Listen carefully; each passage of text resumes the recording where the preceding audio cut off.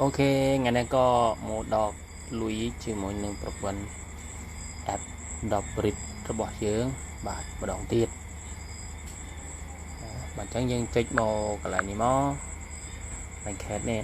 ណាដកតិចចឹងនេះណានេះដកត្រឹមតែ2000បាទ2545បាទអញ្ចឹងគឺយើងចុចពាក្យថាថននៅកន្លែងនេះណាហើយនេះមក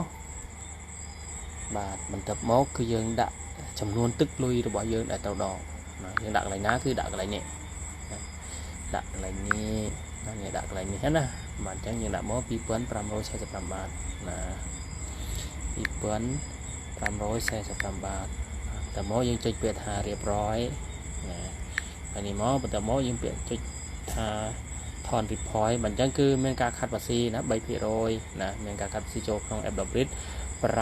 អញ្ចឹងយើងឃើញហើយទឹកលុយរបស់យើងនៅសល់គឺ2306បាទណាអញ្ចឹងយើងចុចពាក្យថាថន report ខាងក្រោមនេះមកពើបអញ្ចឹងគឺ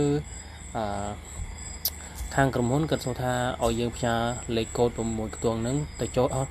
នៅក្នុងGmail ឬលេខទូរស័ព្ទអញ្ចឹងបើសិនជាយើងចូលក្នុងលេខទូរស័ព្ទគឺយើងចុចគ្រីសកន្លែងនេះណាអញ្ចឹងគឺខ្ញុំផ្ញើចូលនៅក្នុងលេខទូរស័ព្ទណាបាទពើបអញ្ចឹងគឺខាងក្រុមហ៊ុនគាត់នឹងផ្ញើលេខកូដចូលទៅក្នុងលេខទូរស័ព្ទបាទ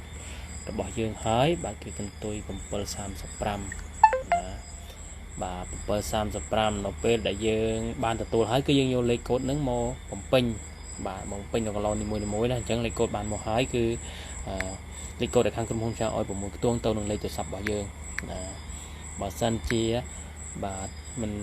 លេខទូរស័ព្ទរបស់យើងមិនមែននៅក្នុងដៃយើងទេគឺយើងអាចដកលុយបានទេណាអញ្ចឹងគឺយើងអាចប្រើ Gmail ក៏ជារបស់យើងដែរបើមិនមែនជារបស់យើងទេគឺអាចដកបានទេបាទអញ្ចឹងគឺ59ណាអញ្ចឹងយើងចុចពាក្យខាងក្រោមមកបាទចុចខាងក្រោមមកពាក្យថាថាត់បៃណាពើបអញ្ចឹងគឺរួចរាល់ហើយអញ្ចឹងវានឹងចេញបៃស្លីបដែលហៅថាកន្ទុយក្តាស់ណាបៃសេតណាបាទអញ្ចឹងគឺលុយនឹងចូលនៅក្នុងគណនីរបស់យើងណាបាទអូខេការដកលុយងាយៗជាមួយនឹងប្រព័ន្ធ app Dobrit គឺ